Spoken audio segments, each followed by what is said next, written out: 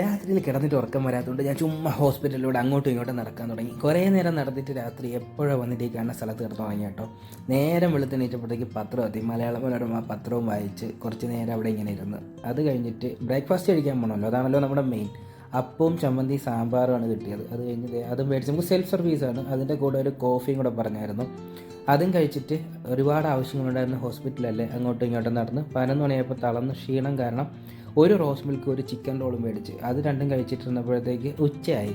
ഉച്ചയ്ക്ക് അമ്മൂമ്മയ്ക്ക് കൊടുത്ത ചോറാട്ടോ. അമ്മൂമ്മയ്ക്ക് അത് കഴിക്കാൻ പറ്റുന്നില്ല എന്ന് പറഞ്ഞ് ഞാൻ പുറത്തുനിന്ന് വീട്ടിൽ നിന്ന് കൊണ്ടുവന്ന ചോറ് കൊടുത്തിട്ട് അവിടെ നിന്ന് കൊടുത്ത ചോറ് ഞാൻ മേടിച്ച് ഞാനത് കഴിച്ചു. വീട്ടിൽ നിന്ന് കൊണ്ടുവന്ന കറിയൊക്കെ കൂട്ടിയിട്ട് ഹോസ്പിറ്റലിലെ ലൈഫിൻ്റെ ഇടയിൽ ഇതേപോലെ കിട്ടുന്ന ഫുഡിന് ഭയങ്കര ടേസ്റ്റാണ്, എന്താണെന്നറിയില്ല.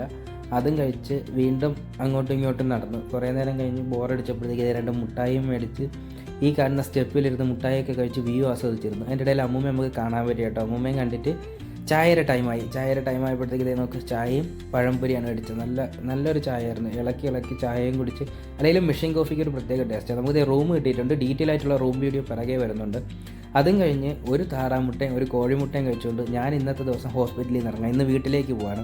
ഒറ്റയ്ക്ക് ഉള്ളതുകൊണ്ട് ലോലിപോപ്പും മേടിച്ച് അതും കഴിച്ച് വണ്ടി ഓടിച്ച് ഞാൻ വീട്ടിലേക്ക് പോയി. വീട്ടിലെത്തിയപ്പോഴേക്കും ഞങ്ങൾക്ക് സർപ്രൈസ് ആയിട്ട് ബിരിയാണി മേടിച്ച് വെച്ചിട്ടുണ്ടായിരുന്നു. 2 പാവപ്പെട്ട കുട്ടികൾക്ക് ഫീസ് അടയ്ക്കാൻ വേണ്ടിയിട്ട് ഒരു ബിരിയാണി ചലഞ്ച് നടത്തി. അതിൽ നിന്ന് 2 ബിരിയാണി മേടിച്ചുകൊണ്ട് വന്നു. ആ ബിരിയാണിയും കഴിച്ചിട്ട് ഇന്നത്തെ ദിവസത്തിൽ നമ്മൾ സൈൻ ഓഫ് പറയാണ്.